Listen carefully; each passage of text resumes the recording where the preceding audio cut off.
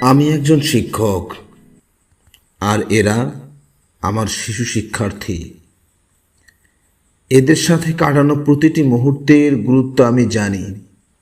আমি জানি ওরা বিদ্যালয়ে আসে অনেক আনন্দ ও উচ্ছ্বাস নিয়ে। ওরা আসে অনেক আনন্দ হবে এ আশা নিয়ে। ওদের কাছে জীবন সহজ ও সুন্দর। আমি জানি আমি ওদের নিকটে কতটা গুরুত্বপূর্ণ। আমি হাসলে ক্লাস ভরা জোড়া চোখগুলি চকচক করে হেসে ওঠে। আমি রেগে গেলে ছোট্ট ছোট্ট মুখগুলো বিষাদে ভরে ওঠে।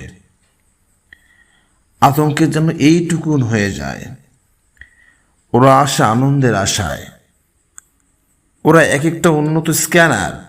আমার মুখ ও চোখের প্রতিটা ভাঁজ করা তারা তারা লক্ষ্য রাখেন।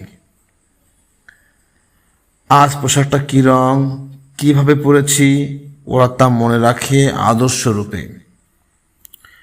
ওদের সবাই পড়াশোনায় একরকম নয় আমি জানি, তবুও আমি ওদের সবাইকে ভালোবাসি একই রকমভাবে।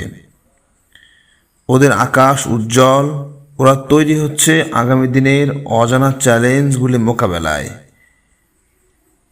এই শ্রেণীকক্ষের বাহিরেও একটা নতুন পৃথিবী আছে।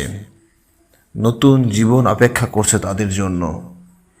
সে জীবন নিয়ত পরিবর্তনশীল, আর তাই একক ও পূর্ব নির্ধারিত জ্ঞানে তাদের সম্পূর্ণ করে তোলা যাচ্ছে না।